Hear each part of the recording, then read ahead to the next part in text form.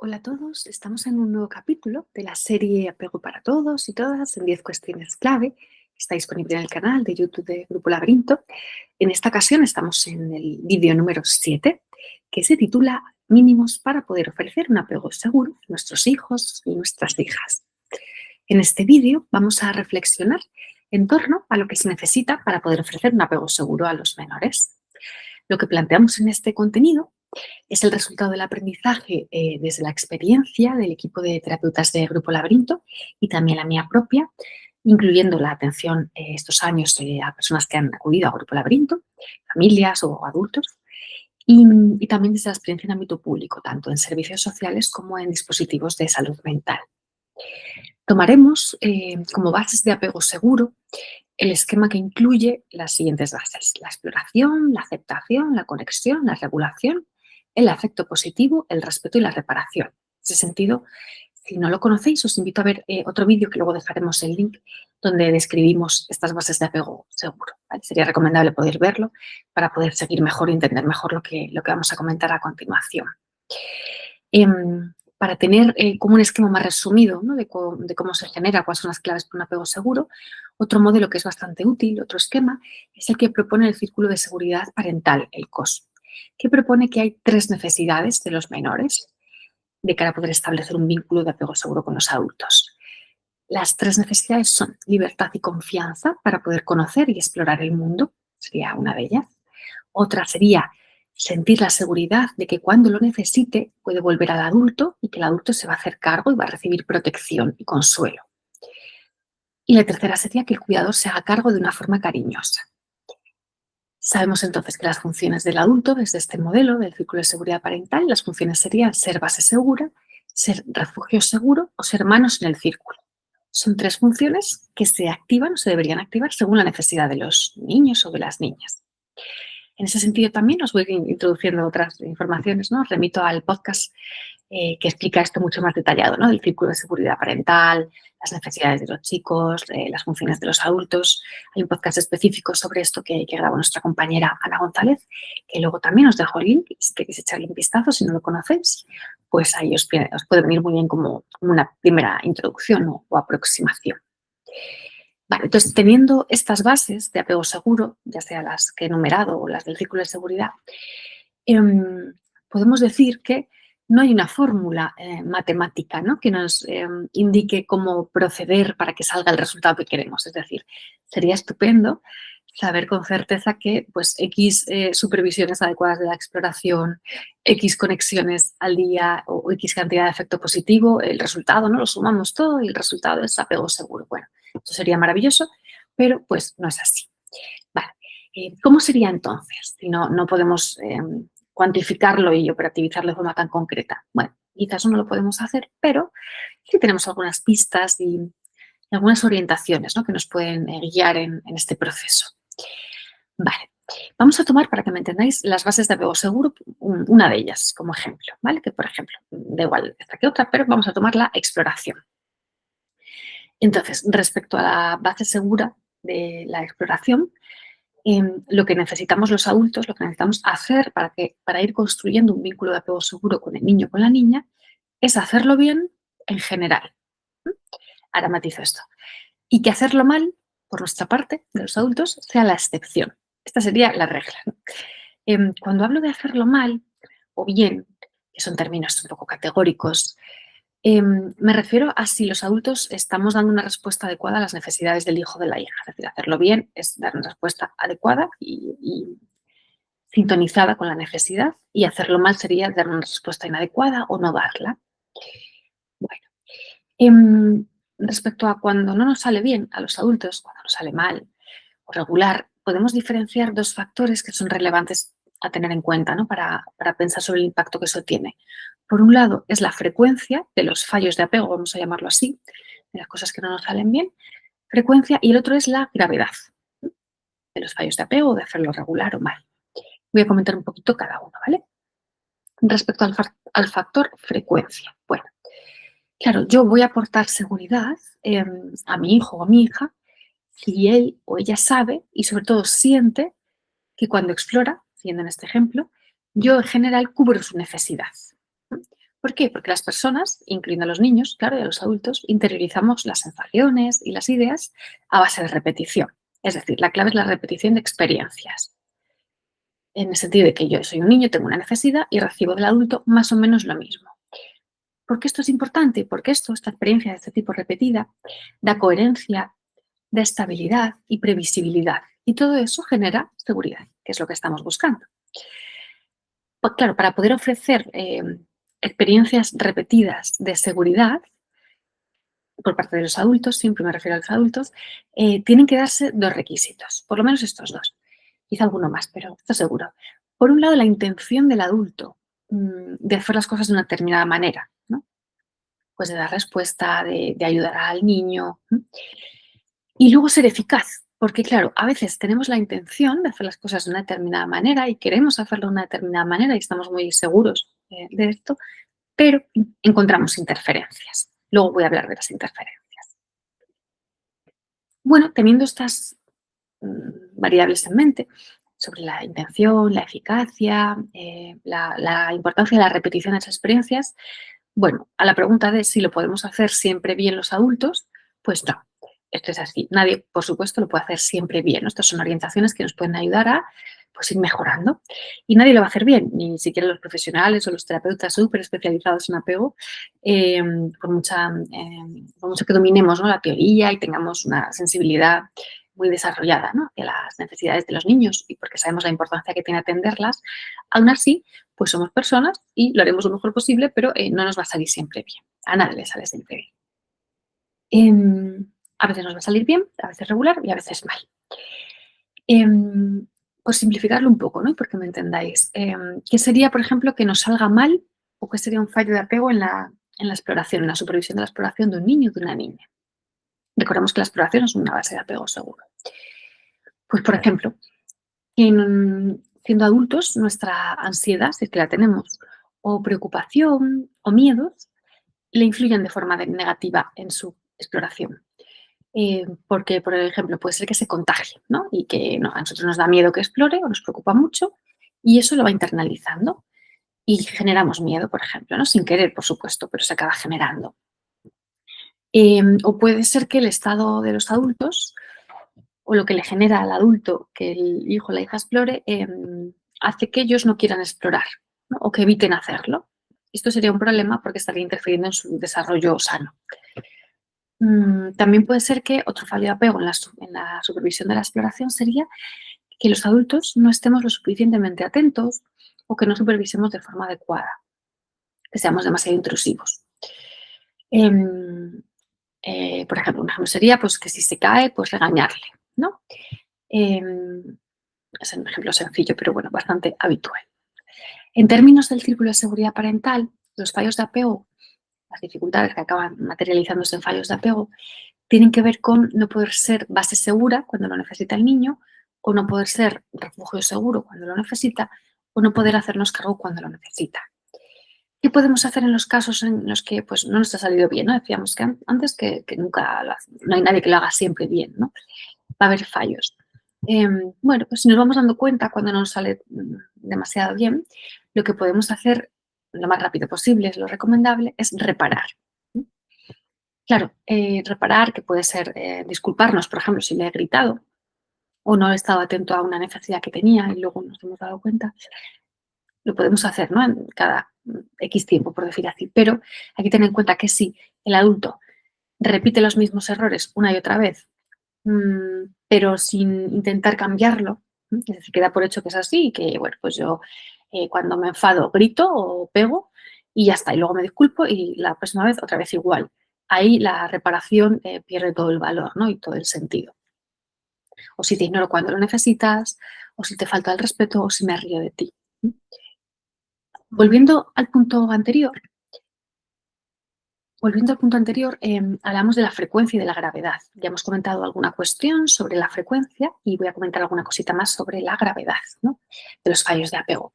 Claro, no es lo mismo por parte de los adultos estar un poco inquieto porque, por ejemplo, mi hijo pequeño, pues estamos empezando a ir al parque y se sube al tobogán o quiere subirse a alguna cosa que hay por ahí o hacer algo que es la primera vez que lo hace, son las primeras veces que lo hace.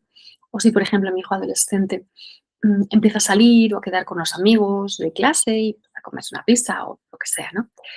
Em, ¿Cómo lo podemos hacer peor, no?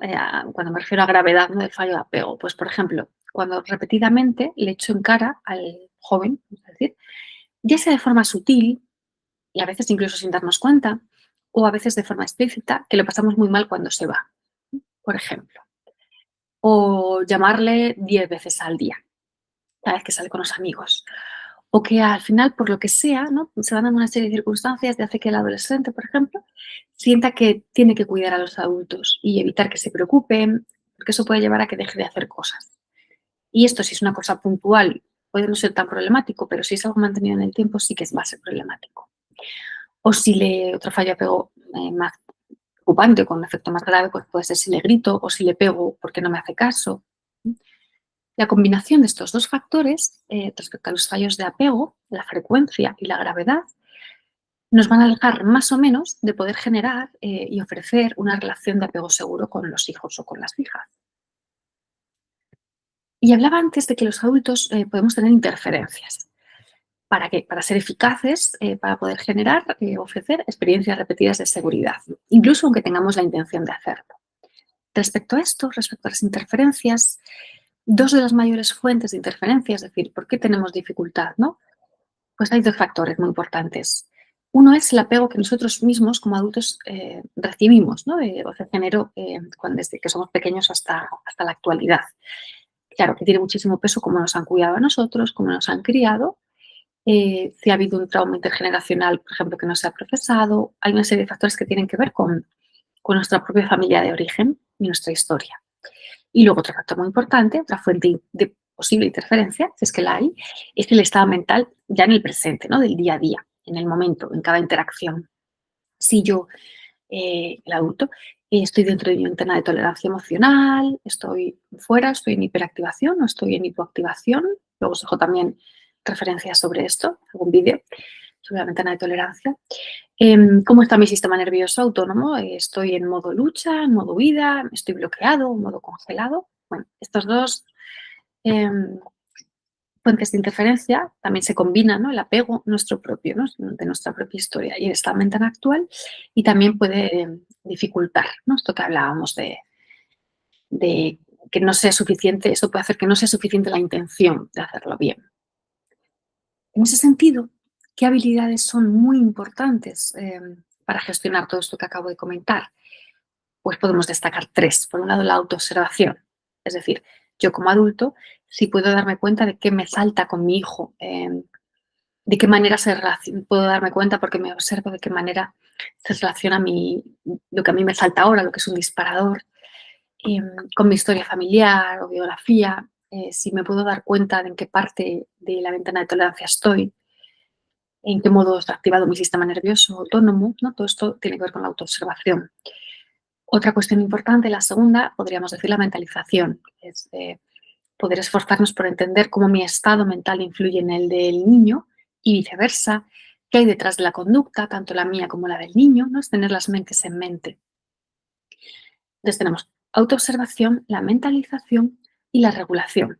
Es decir, siendo adulto tengo que poder saber regularme yo para regular al otro. Entonces, preguntas, ¿no?, que podemos lanzar como adulto. ¿Tengo estrategias yo para volver a mi ventana de tolerancia emocional? ¿Tengo estrategias de cómo hacer para gestionar cómo está funcionando mi sistema nervioso? ¿Me enseñaron los adultos a lo largo de la vida cuando yo era más pequeño? Si no fue así, pues sí. He encontrado yo mi propia forma como adulto, ¿no?, de regularme, mis propias estrategias. ¿Son estrategias sanas para mí? ¿Siento que me faltan recursos? Bueno, estos serían un montón de preguntas que nos podemos hacer en base a la regulación, ¿no? Em, entonces, respecto a la intención que hablábamos antes del adulto de hacer las cosas de una determinada manera, voy a hablar un poquito más de esto. En algunas personas va a activar determinadas actitudes y acciones que les va a llevar a hacerlo lo suficientemente bien. Va a poder ofrecer suficiente seguridad en el vínculo, ¿no? Va a poder asentar las bases para que se desarrolle un apego seguro con su hijo o con su hija. En estos casos, el apego recibido, sea cual sea, y el estado mental de ese momento no impiden hacer esto. Es decir, el adulto está pudiendo hacerlo. Pero en otros casos sí que puede haber intención, es decir, la persona se da cuenta a lo mejor de que arrastra cosas, de su propia historia, de cómo le han criado, de lo que aprendió de la maternidad o de la paternidad, y puede tener la intención de hacerlo diferente. Esto pasa mucho, ¿no? Es decir, yo lo voy a hacer diferente como lo hicieron mis padres o las personas que me cuidaron. Pero a veces, aunque la persona, el adulto lo intenta, no lo llega a conseguir. Es como si hubiera cosas que no puede evitar que pasen. Eso se relaciona con las interferencias, ¿no? Que comentábamos antes, que llevan a que uno no sea eficaz. ¿A qué puede llevar eso? Pues, por ejemplo, que los adultos o los cuidadores se sientan abrumados, desesperados, con mucha negatividad o pesimismo, con poca o nula energía, solo ver las cosas negativas de los hijos o que las negativas pesen mucho más que las positivas, incluso sentir rechazo, ¿no? por su hijo, por su hija, no entenderle. Y esto en la práctica o en la conducta, ¿no? Pues se puede materializar en forma de gritos, de distancia, de amenazas, de agresividad, ya sea verbal o física.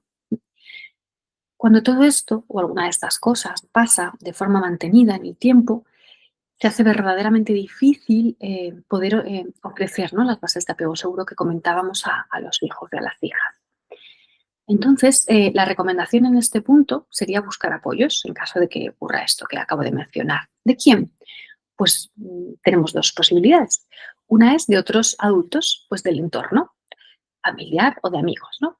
Cuando hablo de apoyo, es muy personal, es decir, una persona, para un adulto, un apoyo puede ser que algunas personas me ayuden en momentos concretos. Por ejemplo, que se lleven a mi hijo o a mi hija un rato y que yo pueda descansar o pueda regularme. Que me puedan acompañar a hacer determinadas cosas, ¿no? Al parque, a comprar ropa, a lo que sea. Una llamada de teléfono, ¿no? Puede ser apoyo, lo que sea, ¿no? Habría que ver cada uno, tendría que pensar, es una invitación a reflexionar qué es apoyo para mí o qué podría serlo, ¿no? Luego ya veremos si es viable o no. Y bueno, de lo ideal pasaremos a lo que sea realista. Y en forma de apoyos tenemos, por un lado, decía, el entorno más cercano y por otro lado, por ejemplo, los recursos de psicología, ¿no? Y aquí incluyo tres cosas, o varias. Por un lado, el explorar material. Material me refiero a libros, por ejemplo, el Círculo de Seguridad hay uno, o ver vídeos, conferencias o, bueno, material que, digamos que me sirva como material autodidacta, ¿no? Que a partir de ahí yo me paro, le doy una vuelta, reflexiono, cojo ideas, ¿no? Y me sirve. Y a veces con esto es suficiente, ya sea con el apoyo del entorno, que realmente es el más importante. Le pongo el plus de usar recursos de psicología. Si con estas dos cosas no es suficiente, pues el tercer nivel o un pasito más sería quizá, ¿no? Una consulta psicológica o un asesoramiento psicológico. ¿Qué podría aportar esto? El asesoramiento. Con un psicólogo me refiero. Bueno, pues la valoración de la situación actual, dónde están las dificultades, las mayores dificultades, y las pequeñas también, valorar esto y los recursos que ya se han usado, cuál ha servido, cuál no, y diseñar un plan, una propuesta para poder reducir lo máximo posible, aunque sea de forma gradual, porque va a ser gradual, las dificultades. ¿Esto en qué va a repercutir? Pues el objetivo, ¿no? Que sea así. Pues, por ejemplo, en que el adulto se sienta más tranquilo, em, que sienta más energía, si no la está sintiendo, que se sienta más capaz, esto es muy importante en la maternidad y en la paternidad, con el cuidado de menores, y poder mejorar las relaciones, ¿no? Al final, ¿no? Que haya menos lucha o menos desesperación y más disfrute y satisfacción. Y las formas de asesoramiento psicológico podrían ser, pues, por ejemplo, en forma de talleres, ya sean talleres presenciales, individuales, de una familia o a los adultos de una familia o de varias familias, ¿no? Grupal es bastante interesante. Puede ser presencial, lo que os decía, puede ser online, ¿no? En streaming, en directo. Eso también tiene posibilidades. Incluso a través de vídeos, ¿no? De contenido que está grabado y yo por ahí me lo veo en casa y le doy una vuelta, lo comento, hay otros adultos al cargo, ¿no? Y lo ponemos en común. Eso sería una forma, a través de los talleres. Y otra forma, otro nivel más, ya sería el poder realizar una consulta específica, ¿no? De psicología y hacer sesiones de valoración inicialmente, ya sean familiares o individuales. Yo en general recomiendo ir de menos a más, es decir, primero uno intentar cosas por su cuenta. Claro, esto requiere dedicar algo de tiempo, ¿no? a explorar, ¿no? Y buscar lo que a cada uno le ayuda, porque claro, toda esta exploración lleva a ir haciendo cosas, o buscando material, revisando, y de ahí pues algunas no son útiles y otras las vamos descartando. Y esto pues lleva cierto tiempo y cierta energía.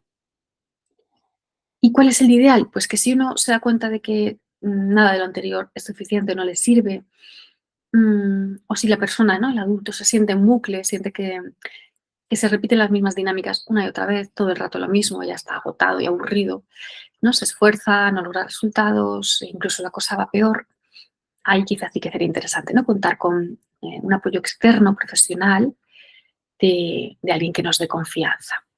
En ese sentido, pues puede ser interesante buscar recursos gratuitos, ¿no? Cada uno en su localidad. A veces los ayuntamientos tienen recursos de orientación familiar, por ejemplo, los servicios sociales, las asociaciones, por ejemplo, en Madrid, que es donde estoy yo, conozco UNAF que trabajan con familias y les apoyan y es un servicio gratuito, ¿no? En otras localidades, pues entiendo que puede haber otras opciones. Eso respecto a recursos gratuitos, que digo que es interesante conocer los que hay en cada uno en vuestra localidad. Y si no, pues recursos privados, ¿no? Que también habrá seguro. Y termino con una frase de Bowley. Dice que, Bowley, que es el padre de la teoría de apego, dice que la paternidad exitosa es una clave importante para la salud mental de la generación siguiente y que ser un padre o madre exitoso supone un trabajo arduo.